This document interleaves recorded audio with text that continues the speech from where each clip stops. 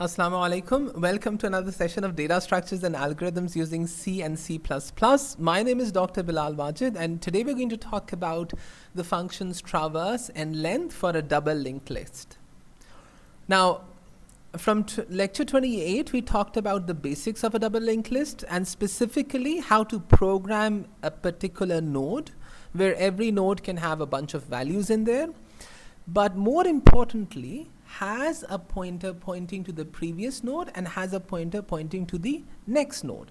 In lecture 29, we talked about the create function where you initially have no linked list, hence you have a length 0 and start is pointing to a null, to creating a node which there's only one node and the start points to that particular node, but obviously the previous and the next pointers are pointing to null.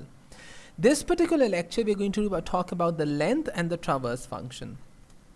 So we have a global variable by the name of length, right? And initially the length has been assigned in 0, and the length kind of like helps you keep track of the size of the double linked list.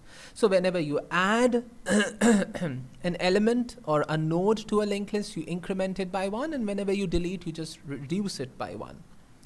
And then the other, so for a function length, all you have to do is just return the global variable length. It's that simple, right?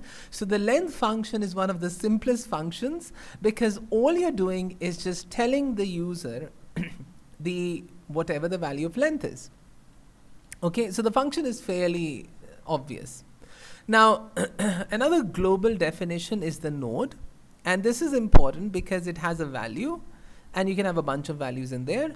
And you have a pointer by the name of previous that points to the previous node. And you have a pointer by the name of next that points to the next node. So initially you have this definition and declaration of this variable start that initialized to null. So it's not really pointing to anything. But for a linked list or a double linked list or for a circular linked list, the start really helps you point to the first node. Okay? So if you want to look at the function traverse, let's just look at the basics and see how it behaves. Okay? So if the length is equal to 0, then you don't have to really traverse on anything, right? So you look at the variable length. If the length is 0, then you can say, or if start is assigned to null, you can simply say, well, the double linked list is empty, so there's really nothing to show. The other option is, well, the double linked list is present. So in this case, here is an example where start points to the first node of a double linked list, and there are really 3 elements in here, okay? So how would you traverse? The way you would do this, you would use a pointer by the name of current. It would be initialized to start. And because it's initialized to start, the first thing you would do is you would print the value that is stored in the node. Once you've printed the value, you're going to go to the next element. So in other words, you're going to use the variable, the node pointer next. By now going to pointer next, you're going to check. You're going to check, is it the null node by any chance? If not, wonderful, you just print the value. And then once you've done that, you go to the next node. And once you've reached the next node, again you check, is it by any chance the null node? In other words, have you reached the end of the line? If not, no problem, you just print the value and you just point to the next node. Now again you check. When you reach the end of your double linked list, you will be pointing, your current pointer will be pointing to null. In which case again you should check, is it pointing to null? If yes, you should stop, and that's where the function traverse ends. Okay, so let's begin again. So you have the function void traverse. You check, if length is equal to 0, then you can simply say, well, the list is empty. And you don't really have to do anything, and you can just end and you can return, you can get out of the function.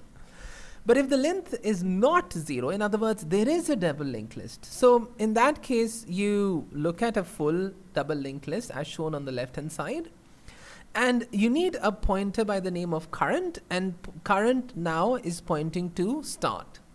Okay, so what you do is you run a loop by the name of do while, and you print the value that it points to. Once you print the value, you move on to the next node. So current next is this guy. So current next is this guy. So you update here, and then you check, right? And the way you check is you have this condition present within the while. So while current is not equal to null, you continue, and hence you go back. And when you go back, you print the value. Once you're done printing the value, you update current. So current's next is pointing here, and you update here and you come here, and that's what's shown here. So current's next is this guy and has been assigned to as the new current. So now you're pointing here. Again, you check, right? So while current is not equal to null, in which case, well, it's not equal to null. So you go back, you continue, and you print the associated value. And then you repeat the process. You go to the next node, and then again you check.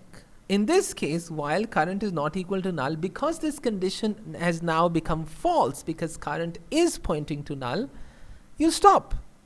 Okay, and hence you've done traversing the entire double linked list. You've printed all the contents, all the necessary contents, and then you can just exit, right?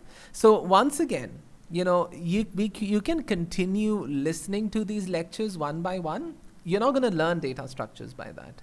You have to sit down and try writing these codes yourself. Okay, I can't force that enough. That's why usually after the end of every lecture, I do write this down. Please try these codes yourself before moving on to the next lecture. Okay?